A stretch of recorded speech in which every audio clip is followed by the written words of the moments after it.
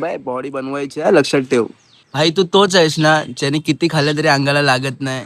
काय नाही भाई, माझं पण तसंच आहे. मी पण त्याच बॉडी टाईपचा आहे, एक्टोमॉर्फचा आहे. आणि मी पण किती खाल्लं तरी अंगाला लागायचं नाही आधी. तर मी आता काय चेंजेस केले की माझी बॉडी आता बनली थोडीफार दिसते ना तुम्हाला. ठीक आहे, तर काय करायचं माहिती आहे, आपल्याला वेट गेन करायचे आणि वेट गेन करायचा फंडा काय आहे, कॅलरी सरप्लसमध्ये राहायचं. तर कॅलरी सरप्लस म्हणजे मी खाल्ला, आता पिझ्झा बर्गर खाल्ला, कॅलरी भेटले, आता मी बल्क होणार असं नसतं. ठीक आहे, कॅलरी सरप्लस आपण ते घ्यायचं चांगल्या सोर्सकडून घ्यायचं. चांगला सोर्स कोणते?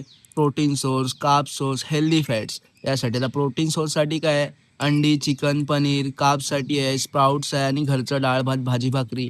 हेल्दी फॅटसाठी ड्राय फ्रुट्स, पीनट बटर हे सर्व घ्यायचं आणि वेट ट्रेनिंग चालू करायची, बस बाकी काय नाही.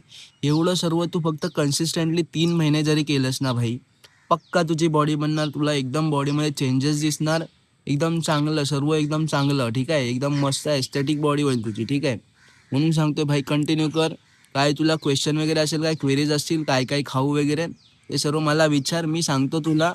बस काय टेन्शन घ्यायचं नाही. तुषार भाऊ बसला इकडे, काय तुला असेल तर सर्व विचारायचं. ठीक आहे, चल बाय बाय. बॉडी बनवायची आहे, लक्षात ठेव.